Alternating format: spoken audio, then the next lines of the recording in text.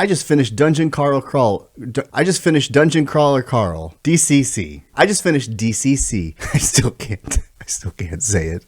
And I loved it. You might not be able to see behind me, but if you...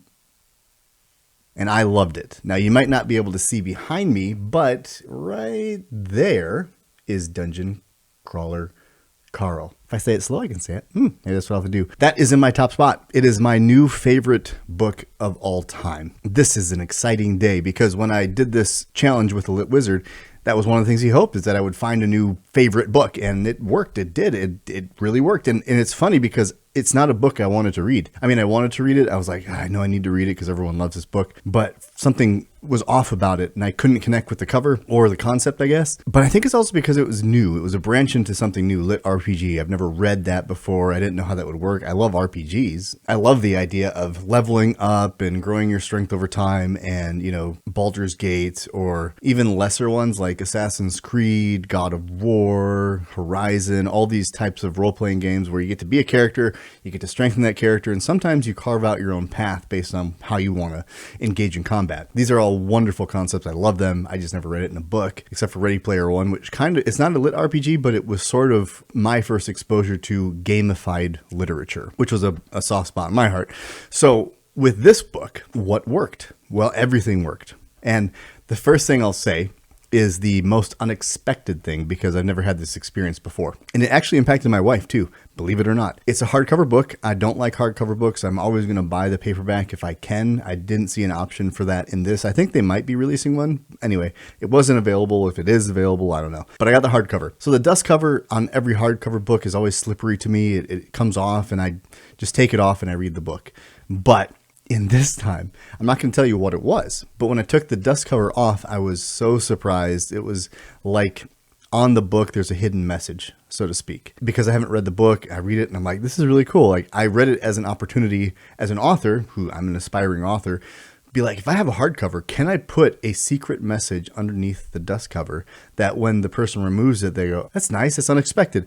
It's an opportunity. I've had packages in the mail come like that where you take this, you remove the bottom, and there's a little message for you on the bottom if you care to look for it. And that makes me excited. It's like a little secret. So I had the dust jacket off. The book is next to me on the couch.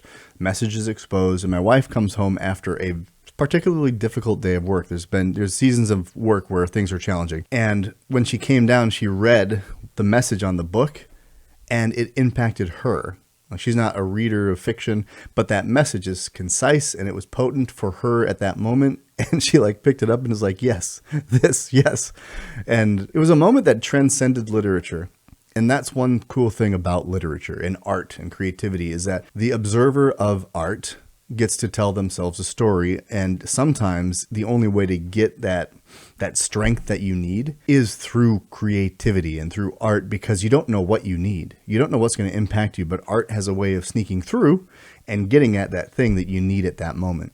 It's unconscious, because when we try to fix things in our lives, sometimes we don't know where to begin, and then art sneaks in and says, here's where you start, or gives you a little boost to something. And for her, it gave her this mantra that she carried with her for the next couple of weeks. And we talked about it. She doesn't know the book, but we talked about what was on the book cover. And this is like I'm sure Matt Dinniman didn't mean for this maybe to happen, right? Like, oh, this is going to inspire some spouse someday. But it did. And that's super exciting about creativity is you might impact someone with your creativity in a way that you never thought you would. You didn't even intend to. But you create something, you put it out into the world, and you let it go. And that's beautiful. So before I even got into the book, I was reading at that time, but before I get into the book with you, I wanted to share that the cover of the book impacted someone positively. And that made me just love it even more. Okay, so let's talk about the book. The action starts immediately. It's a really wonderful opening scene. And you get, like I said, right into it right away. Things happen. You're going into this dungeon crawl. And you got these couple of characters.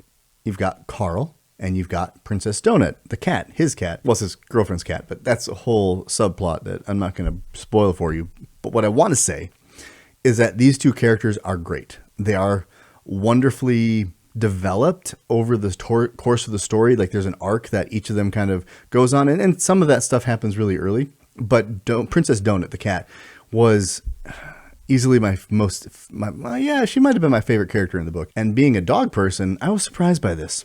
But she was written in such a way that I believed that's how a cat would feel and think. And this is a spoiler, but early on, the cat is given the ability to speak.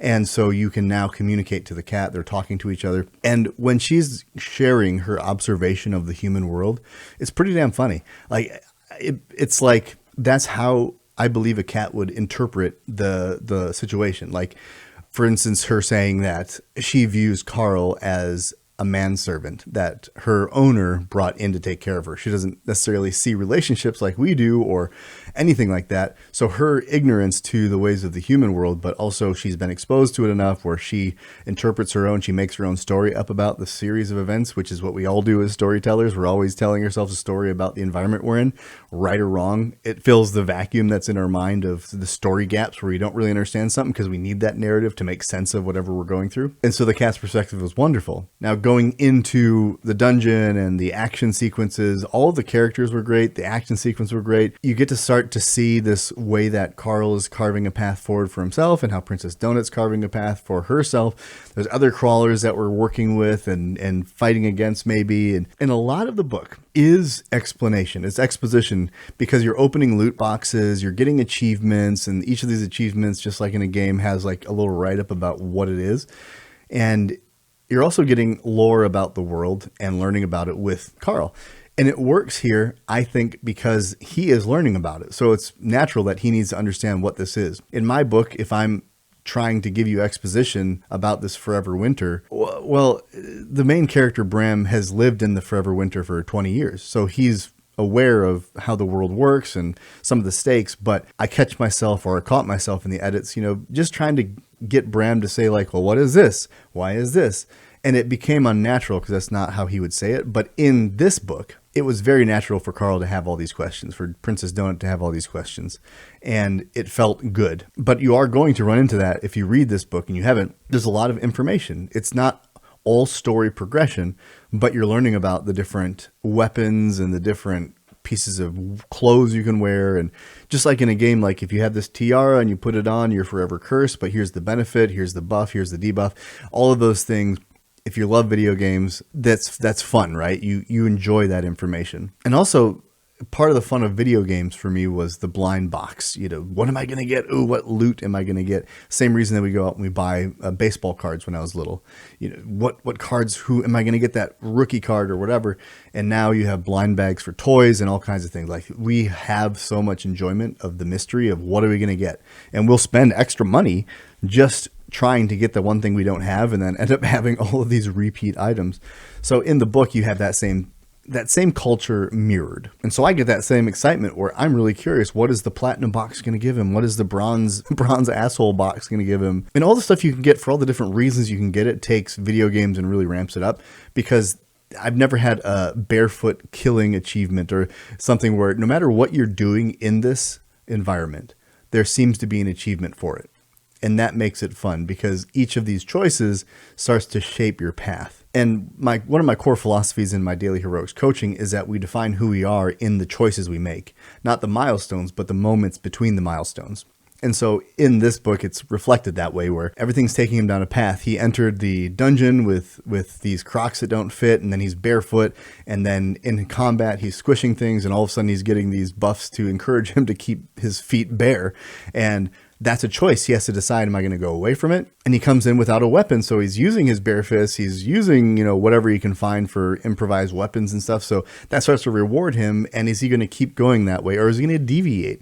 So each one of these is a choice. It might be stacked for him to go in one direction, but all of it's leading towards a future book, which I think it might be the next book, where he's going to be able to pick, and Donut's going to be able to, and Princess Donut, sorry, Your Highness, is going to be able to pick their class based on their current stats, just like you would in a RPG. So I'm excited to see where it's going, if they're going to change their race, their class, and how they're going to carve out their path forward. But it's been a really enjoyable ride. I like every character. There's even character that, makes a big mistake and makes it over and over and is just, it drives you nuts, because when you see someone, whether it's through the just ignorance or the laissez-faire, I don't care. When that stuff impacts the group that's doing the right thing, it really will drive you nuts. So there's certain moments in there where you get people that you really don't like. And that's good. So many elements work so well to build not only Carl's experience in the dungeon, but giving you enough of the universe at large to understand what's happening and why the political ramifications are also important, but it's not overly political. That's one thing I loved about it was it's just fun. You can turn your brain off and just ride through it, just breeze on through it and just enjoy it. But it gives you enough to think about where there's depth to it. And that might be between the cat and the human. That might be between what is this show in the grand scheme of the universe and all of these other elements that I'm not sharing that are deep, that are going to get deep. And even the mobs in this world, some of them are pulled from Earth. And are they aware? So you have this conversation of AI and do they know what they're doing? Can they become self-aware? Are these people just trapped from Earth and they're tortured and they're really miserable and I'm just killing them? There's all these moral questions that get thrown into it, but it's never too heavy-handed that it makes you feel really gross. It just makes you think. And then it gets back to the fun stuff. So it's a really perfect balance of fun and make you think. There's heart in it. There's action in it. There's curiosity. I have questions, and that's a really good thing, but never felt frustrated because I wasn't given enough information. It's a beautiful balance, and I recommend it for everybody to read, especially if you're not a traditional literature fan. This would be a solid entry point for you to get into reading because there's, I think, 6 books, maybe 6 or 7. Oh, I did it. I have children in middle school and high school, and I've been hearing 6, 7 a lot. Not from them, but them telling stories in classes where people just say 6, 7 because it means nothing, but it means everything. Anyway, stop it. We'll just say 6 books, but there's plenty of reading for you to do if you get into it. So highly recommend. It's my #1 book of all time in fiction. Way to go, Lit Wizard. Thank you for the recommendation. I will be devouring the rest of the series. I shouldn't say devouring because in my book Where Magic Slept, I talk about that is the fear of Bram, of becoming a man, is that men devour things. That's one of the lore bits that gets seeded out throughout the book. So I'm going to savor these books and try to slowly ingest them, because I want it to last. It was the last thing I'll say is when a book makes me sad, not because of the action, but because it's ending, chef's kiss. That is what I want in a book. That makes it top 5 for me. Is like, oh, I'm getting too close to the end. I don't want this to end, but I have other books, but I don't want this experience to end because I'm never going to read it for the first time again. That's a wonderful experience. And I hope if you haven't had it, that you do have it, and maybe this is the book that'll do it for you. That's going to do it for this video. Looking forward to getting into the next book whenever that happens. Probably not this month, but thanks for stopping by. I hope to see you in the next one, and until then, journey well, my friends.